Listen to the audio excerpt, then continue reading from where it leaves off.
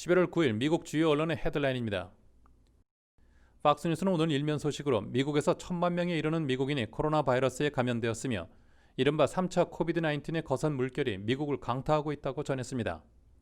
팍스뉴스는 또 주요 뉴스로 시카고에서 일어난 소요 사태로 5명이 사망하고 32명이 총격으로 부상당했으며 에칸서주에서는 주 경찰국장이 민주당원들에 의한 데모는 법질서 유린이라는 메시지를 올렸다가 경찰국장직을 사임하는 일이 벌어졌다고 보도했습니다.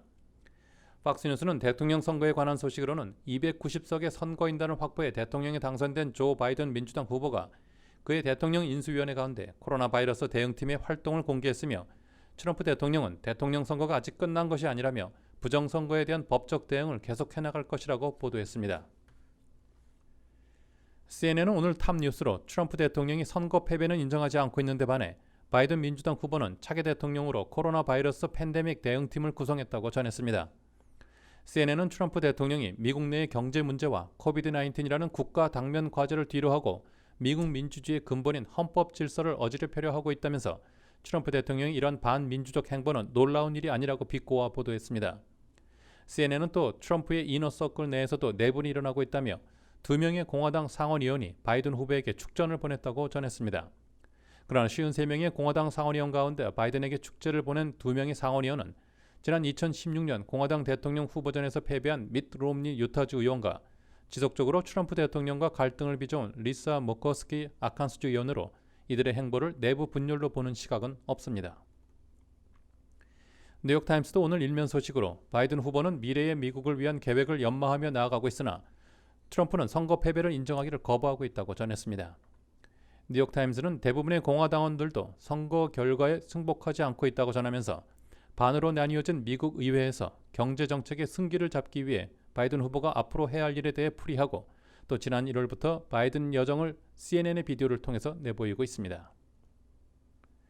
이번 선거에서 바이든 후보를 지지했던 워싱턴 포스트 역시 오늘 일면 기사로 바이든은 팬데믹과 미국 경제정책 구상을 위해 앞으로 나아가고 있다고 큰 제호체로 전하면서 선거인단 숫자 279명을 얻은 바이든 대통령 당선자가 현재 난항을 겪고 있는 공화당과 민주당 간의 경제 부양책 협상에 그의 당선이 사전 예방적이고 결정적인 역할을 할 수 있을 것으로 기대한다고 말한 것으로 보도했습니다.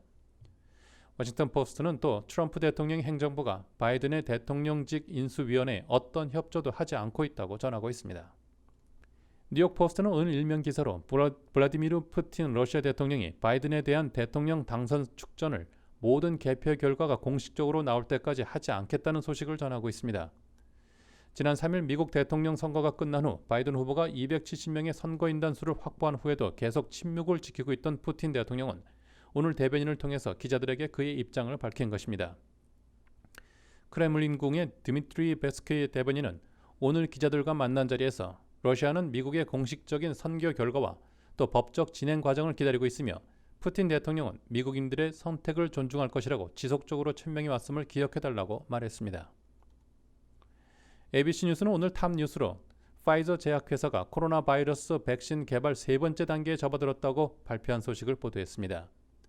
파이저 제약회사는 오늘 오전에 발표한 자료를 통해서 그동안 플라시오보다 더 코비드-19을 예방할 수 있는 신약 개발에 몰두해왔는데 실험 연구 중의 최근 결과에 따르면 90% 이상의 효과를 보였으며 94건의 확인된 케이스가 보고됐다고 밝혔습니다.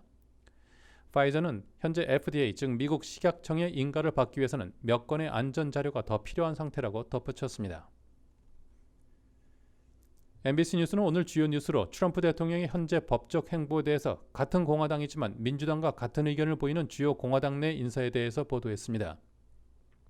MBC는 조지 부시 전 대통령이 바이든과 해리스 상원의원에게 대통령 당선자와 부통령 당선자를 호칭하며 축전을 보냈다고 밝히면서 부시 전 대통령은 공화당 내의 최고위 인사라고 전했습니다. MBC는 그 밖에 밋 롬니 상원의원과 한국인 부인을 둔 레리 호겐 메릴랜드 주지사가 어떤 부정선거 사례를 볼 수 없었다고 트럼프 대통령을 비판했으며 또 트럼프 대통령이 20년 친구라고 자칭한 크리스 크리스틴 전 뉴저지 주지사가 ABC의 This Week 프로그램에 출연해 트럼프 대통령이 우리에게 부정선거 증거를 보여주지 않으면 우리도 무턱대고 그를 지지할 수는 없다고 인터뷰한 내용을 보여줬습니다. CBS 뉴스도 오늘 일면 뉴스는 바이든의 앞으로의 계획과 트럼프의 법적 조치 소식 그리고 파이저의 코로나 바이러스 백신 개발 진행 소식 등을 주요 뉴스로 다루면서 그 밖에 열대성 폭풍 에타의 플로리다 피해 소식을 보도했습니다. 대통령 선거 뉴스로 인해 상대적으로 보도가 소홀히 된 허리케인 에타 피해 소식은 멕시코와 중앙아메리카 지역에서는 이미 100여 명의 사망자가 발생했으며 플로리다로 돌아서면서 다행히 열대성 폭풍으로 변해 큰 피해를 입히지는 않았습니다. CBS는 그러나 오늘 오전 현재 플로리다 남단과 키웨스트 지역에 홍수 경보가 발령 중이고 공공시설은 폐쇄됐으며 수재민들이 발생했다고 전했습니다.